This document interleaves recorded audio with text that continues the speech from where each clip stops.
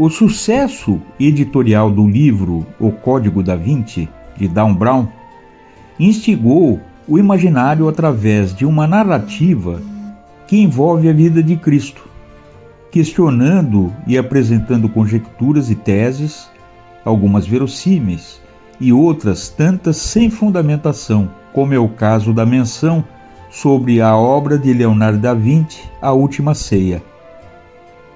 Para compreender a obra de Leonardo, é necessário fazer uma contextualização do momento em que vivia a humanidade naquela época, quando a Idade Média chegou ao fim em 1453 com a queda de Constantinopla, dando início ao Renascimento, fazendo ressurgir a valorização do homem como foco de relevância, substituindo a visão de um mundo até então calcado dos valores da religiosidade.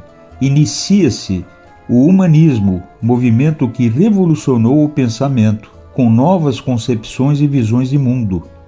Essa nova forma de pensar seria a precursora da especialização do conhecimento na era moderna, dando origem mais tarde à sistematização do saber humano, com o cientificismo e a segregação de um saber que até então era unificado.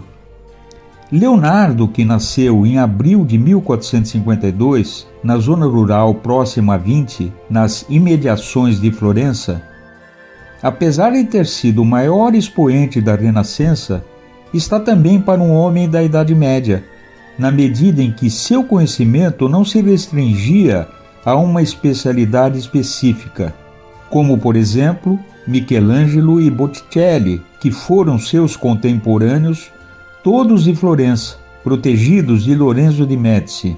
Leonardo reunia um vasto conhecimento, não tendo sido só pintor. Foi escultor, músico, arquiteto, engenheiro, inventor, anatomista e também astrólogo. Apesar de sua biografia nada mencionar quanto a esse universo do conhecimento oculto. Leonardo é único e por isso é considerado o melhor entre os melhores. Entre as várias pinturas de Leonardo estão a Mona Lisa e a Última Ceia, que são as que mais despertam interesses.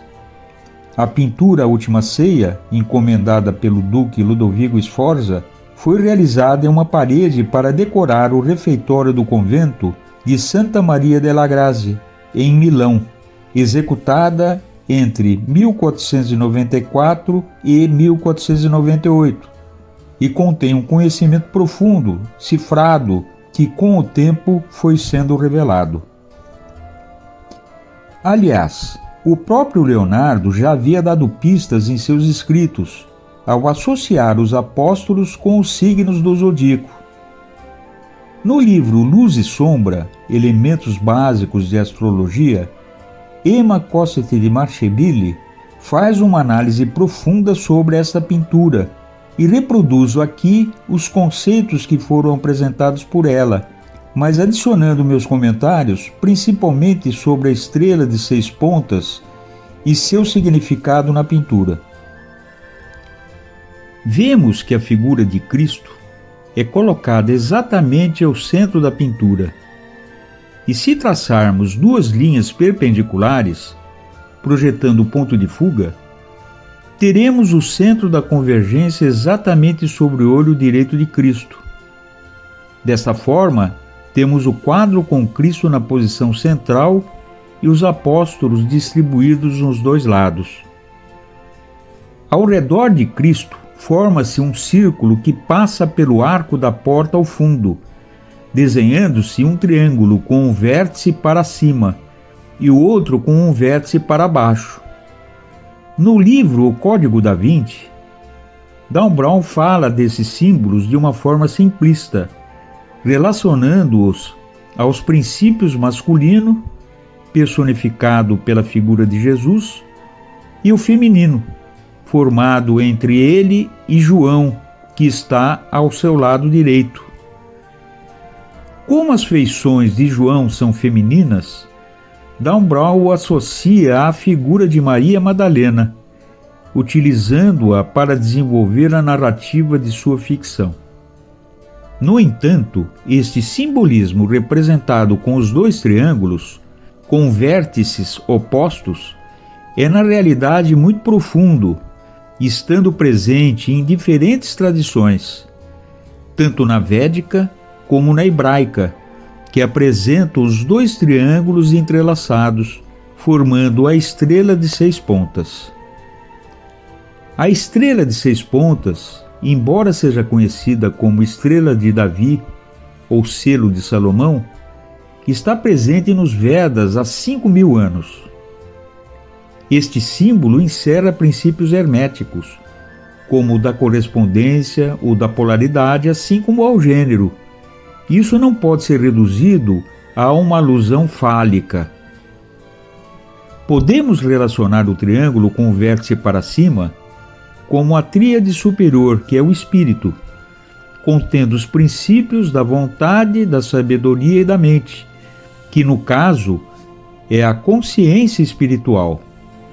O triângulo com vértice para baixo relaciona-se com a matéria, com a inconsciência das coisas do espírito. Desta forma, os dois triângulos, quando sobrepostos, geram a manifestação da vida.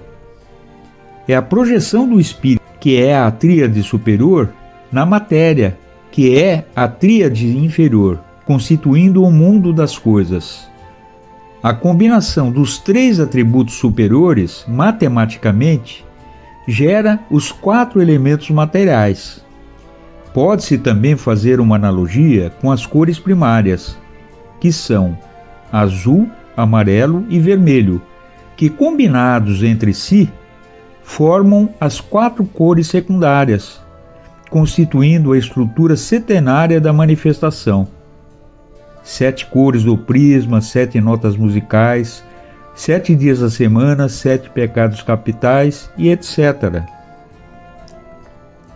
Assim, o ternário superior gera o quaternário inferior, com a combinação do 3 com o 4, resultando no número 12, que traduz os diferentes tipos básicos de energia, ou seja, os 12 arquétipos humanos.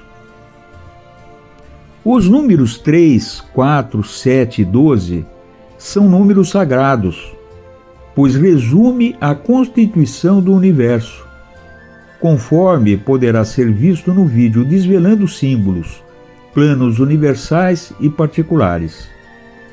A pirâmide, por exemplo, é um símbolo esplêndido, pois é o ternário assentado sobre uma base quaternária, conforme podemos ver na figura 1 e 2.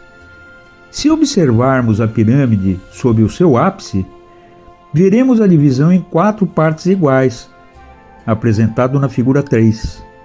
E se essas partes forem abertas, conforme a figura 4, produzirão 12 ângulos, que é a análise combinatória de 3 com 4. Isso resulta na cruz de Malta, ou cruz templária, projetado pela figura 5, onde no centro é posicionado o olho de Deus, que a tudo vê, que é a onisciência, juntamente com o olho direito do Cristo, que é o ponto de fuga central na pintura de Leonardo, formando o ternário sobre o quaternário. Fazendo agora a correlação com a astrologia, são 3 os tipos primários que advêm da causa primária, que é o absoluto, ou seja, o plano dos universais, e o 4 que são os secundários. Os tipos primários ditam o comportamento, sendo, no caso da astrologia, denominados cardinal, que inicia uma ação, o fixo, que estabiliza a ação, e o mutável, que altera a ação, relacionando-se às gunas na tradição védica, como rajas, tamas e sattva, que compõem a matéria.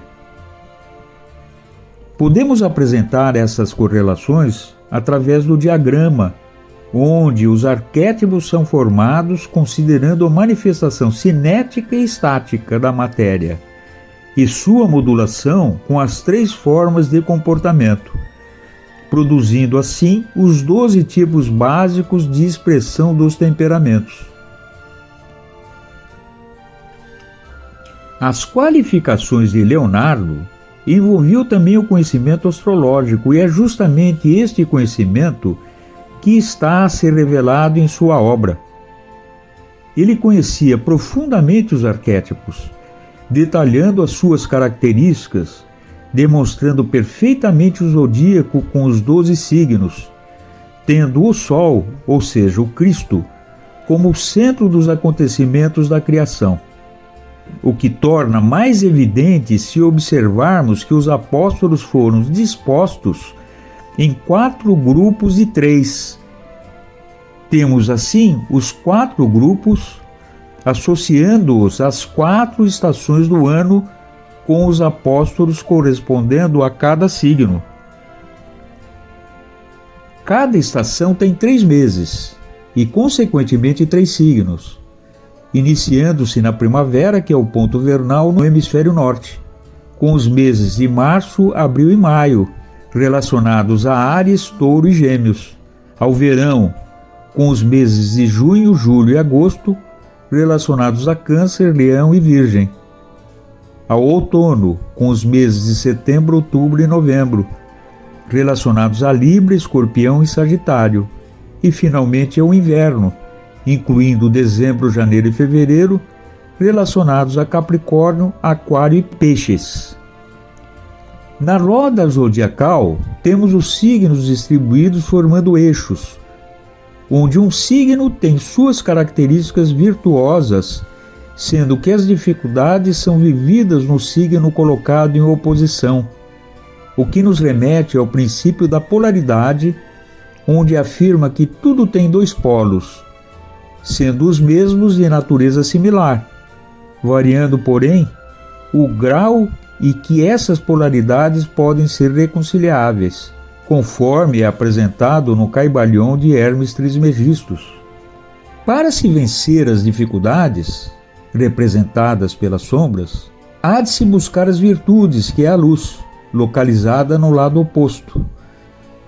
Na realidade, o equilíbrio está entre os 2 polos, ou seja, o ponto central, que é a figura de Cristo, sendo que é viver o caminho da temperança, o caminho do meio, o caminho da conciliação pela consciência. Associando os diferentes discípulos, que foram nomeados pelo próprio Leonardo, temos na pintura Jesus que abre sua mão esquerda voltada para cima, como se estivesse a alimentar aqueles colocados à sua esquerda. São as estações de primavera e verão, onde ocorrem o nascimento e o crescimento. A sua mão direita voltada para baixo é uma alusão à absorção das energias e das experiências acumuladas pelas estações de outono e inverno, relacionadas com a maturidade e a morte. Nota-se que a mesma correlação é feita na medida em que a luz da pintura é projetada à esquerda de Cristo e a sombra à sua direita.